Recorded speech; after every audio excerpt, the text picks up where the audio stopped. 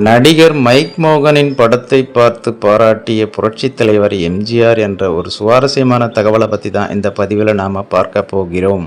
அதை பார்க்குறதுக்கு முன்னாடி hi friends, I'm C Ilango. வணக்கம், welcome back to my channel. நீங்கள் இன்னும் நம்முடைய சேனலுக்கு சப்ஸ்கிரைப் பண்ணலைன்னா உடனே ஒரு லைக் போட்டு சப்ஸ்கிரைப் பண்ணி சப்போர்ட் பண்ணுங்க. வாங்க பதிவிற்குள் போகலாம்.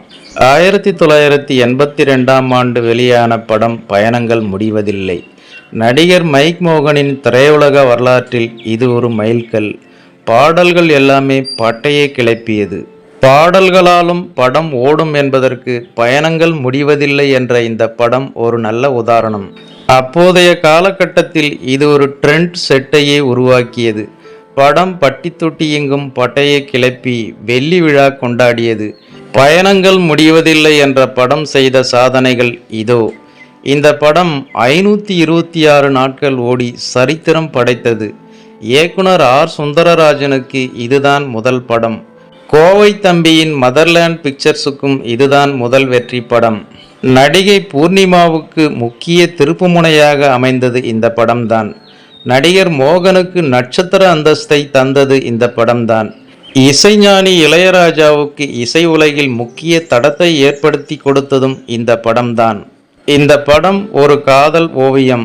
அந்த கால இலசுகளை கவர்ந்து இழுக்க இதுவும் ஒரு காரணம். இளைய நிலா பொழிகிறது, மணியோசை கேட்டு, ராகதீபம், சாலையோரம், வைகரையில், தோகை இளமையில், ஏ ஆத்தா ஆத்தோரமா வாரியா ஆகிய பாடல்கள் எல்லாமே செம மாஸ் ஹிட். பாடல்களுக்காகவே பலதரப்பு ரசிகர்களும் மீண்டும் மீண்டும் திரையரங்கிற்கு வந்தார்கள். தயாரிப்பாளர் கோவை தம்பியை பார்த்து எம்ஜிஆர், இந்த படத்தின் மூலம் இன்னும் ஒரு வாரத்தில் புகழின் உச்சிக்கே சென்று விடுவாய். அந்த அளவுக்கு படம் சிறப்பாக உள்ளது. வெற்றியும் தோல்வியும் நிரந்தரமல்ல. உன் விவேகத்தால் அதை தக்க வைத்துக்கொள் என்றாராம் புரட்சி தலைவர் எம்ஜிஆர். பயணங்கள் முடிவதில்லை என்ற இந்த திரைப்படத்தின் அமோகமான வெற்றியால் ஒரே வாரத்தில் மிகப்பெரிய தயாரிப்பு நிறுவனமாக மதர்லேண்ட் பிக்சர்ஸ் மாறியது. நடிகர் மைக் மோகன், நடிகை பூர்ணிமா ஆகிய இருவருக்கும் ஃபிலிம்பேர் விருது கிடைத்தது இந்த படத்தில். இயக்குனர் ஆர் சுந்தரராஜனுக்கு இந்த படம் ஒரு திருப்பு முனையாக அமைந்தது. அதே நேரத்தில் இயக்குனர் ஆர் சுந்தரராஜனை இந்த ஒரே திரைப்படத்தின் மூலம் திரையுலகில் அடையாளப்படுத்தியது.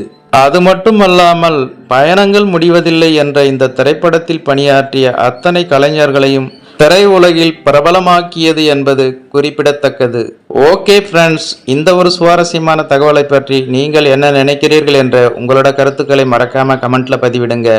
மேலும் இது போன்ற வேறொரு சுவாரஸ்யமான தகவலுடன் சந்திக்கலாம். அதுவரை உங்களிடமிருந்து விடைபெறுவது I'm C Ilango. Thanks for வாட்சிங். See you later. Bye bye.